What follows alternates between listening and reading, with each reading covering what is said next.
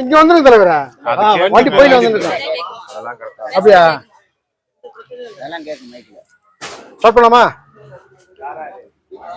தேசிய முற்போக்கு திராவிட கழகத்தின் நிறுவன தலைவர் புரட்சி கலைஞர் கேப்டன் அவர்களின் 74வது பிறந்த நாளை முன்னிட்டு விடியலின் முரசு மாத இதழ் ஆசிரியர் டாக்டர் மா டேவிட் சலேத் அவர்களின் தலைமையில் இன்று விடியலின் முரசு யூடியூப் சேனல் உதயம் இந்த நிகழ்ச்சிக்கு வருகை புரிந்த தேசிய தலைவர் ஊடகம் பத்திரிகை வேல்முருகன் அவர்களும் சென்னை தனியார் நிறுவன பாதுகாவலர் நலசங்கத்தின் நிறுவன தலைவர் ஆனந்தன் அவர்களும் வடசென்னை பொறுப்பாளர் காவிரி அவர்களும் 36வது வட்ட கழக செயலாளர் தேமுதிக அண்ணாதுரை அவர்களும் 37வது வட்ட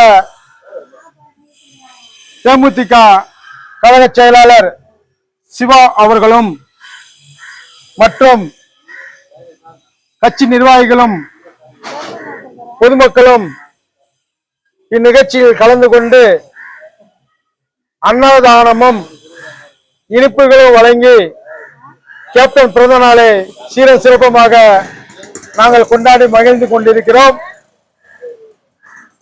புரட்சி கலைஞர் கேப்டன் பிறந்த நாள் 1952 பிறந்தார்.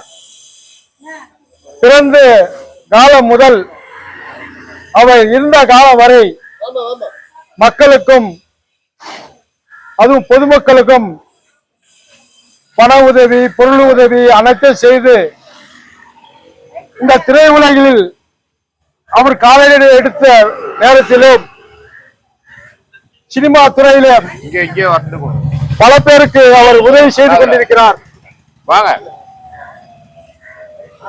அது மட்டுமல்ல, இன்றைய நடிகர் சங்கம் இருக்கும் காலம் அது கேப்டனுடையதுதான். ஏன் என்று சொன்னால், அன்றைய காலம் என்.எஸ். கிருஷ்ணன், புரட்சி தலைவர் எம்ஜிஆர், கலைஞர் மற்றும் பலர் இருந்தார்கள். ஆனால் இருந்தார்கள் தவிர அந்த நடிகர் சங்கம் கடனில் தத்தளித்த நேரத்தில் அடமானத்தில் பேங்கில் இருந்த காலத்தில் அது மீட்க முடியாத நிலைமைதான் நடிகர் சங்கம் இருந்தது. இச்சங்கத்தில் புரட்சி கலைஞர் கேப்டன் அவர்கள் அவரிடம் ஒப்படைத்தார்கள். அன்றைய கேப்டன் அவர்கள் திரையுலக காலத்தில் இருந்து நண்பர்களுடன் நடிகர் சங்க கடனை அடைக்க வேண்டும் என்று ஒரு முடிவு ஏற்பட்டு வெளிநாட்டில் கலை நிகழ்ச்சி நடத்தி பல கோடி ரூபாய் பணத்தை வசூல் செய்து இந்த நடிகர் சங்கத்தை பேங்கில் இருந்த பத்திரத்தை மீட்டு எடுத்தார் புரட்சி கலைஞர் கேப்டன் அவர்கள். அது மட்டுமல்ல, தமிழக மக்கள் இப்படி ஒரு மாபெரும் தலைவர் நம்ம தமிழ்நாட்டுக்கு வருவார் என்று முதல்வராக வருவார் என்று எதிர்பார்த்தோம். ஆனால் 2005 தேசிய முற்போக்கு திராவிட கழகத்தை புரட்சி கலைஞர் கேப்டன் ஆரம்பித்தார். அந்த சமயத்தில் அவர் கட்சி தொடங்கிய காலத்தில் ஒரு விஸ்வரூபம் எடுத்தது. ஆனால் இன்று இந்த மக்கள் இன்றைய ஆட்சியை ஏற்றதை போல் அன்று புரட்சி கலைஞர் கேப்டன் ஆட்சி கொடுத்திருந்தால் நடிகர் சங்க கடத்தை அழைத்ததை போல் தமிழகத்தில் இருக்கும் தலைமையில் ஒருவர் தலைமையில் இருக்கும் லட்சம் ரூபாய் கடனை புரட்சி கலைஞர் கேப்டன் அளித்திருப்பார். மக்களுக்கு நல்திட்ட உதவிகளும் ஒரு குடிமக்கள் இளைஞர்களுக்கும் அரசாங்க வேலை, வீடு தேடி ரேஷன் பொருள் வரும் என்று கூறினார். ஆனால் இலவச திட்டங்களை ஒருபோதும் அவர் அனுமதிக்க இல்லை.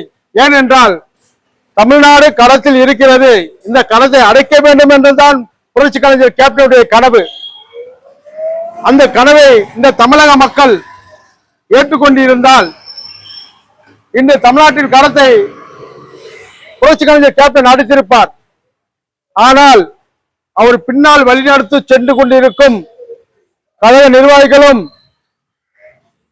எல்லாரும் ஒத்துழைப்போடு அவரிடம் பயணித்திருந்தால் இன்று புரட்சி கலைஞர் நம்மோடு இருந்திருப்பார். ஆனால் காலத்தின் கட்டாயம் 2023 அவர் மனம் நொந்து நோய் அடிபட்டு இறந்த ஒரு காரணம் துரதிருஷ்டம். ஒரு நல்ல தலைவனை, புரட்சி கலைஞரை இந்த தமிழகம் இழந்து விட்டது. அவர் இருந்திருந்தால் இந்த தமிழகம் மக்களை தங்க தட்டில் வைத்திருப்பார். இதுதான் உண்மை. இந்த பிரச்சனையை இன்னைக்கு இந்த தமிழக மக்கள் ஒருவரை தேர்ந்தெடுத்திருக்கிறார்கள். அதே போல் 2005 தேர்ந்தெடுத்திருக்கலாம். அது மட்டுமல்ல, அந்த வாய்ப்பை இழந்தார்கள். 2016 புரட்சி கலைஞர் கேப்டன் தலைமையில் முதல்வர் வேட்பாளராக நின்றார். அப்ப இந்த தமிழக மக்கள் ஏமாற்றியது. இந்த ஆள் இருக்கும்போது சாப்பாடு, ஆனால் ஏமாற்றிய மக்களுக்கு அவர் நன்மைதான் செய்தார். குடுக்கும் கரங்களாக, வள்ளலாக புரட்சி தலைவர் எம்ஜிஆர் வழியில் நமது புரட்சி கலைஞர் கேப்டன் அவர்கள் அனைவருக்கும் உதவி செய்து கொண்டிருந்தார். அவருடைய வழியில் தான் நாங்கள் கேப்டன் தொண்டனாக செயல்பட்டுக் கொண்டிருக்கிறோம். எங்களால் முடிந்த உதவிகளை சாப்பாடு கூட கேப்டன் அவர்கள் பிறந்த நாளை முன்னிட்டு அனைவருக்கும் நாங்கள் உதவி செய்து கொண்டிருக்கிறோம். உதவி செய்வோம், அவர் வழியில் நடப்போம். வாழ்க புரட்சி கலைஞர், வளர்க தேசிய முற்போக்கு திராவிட கழகம்.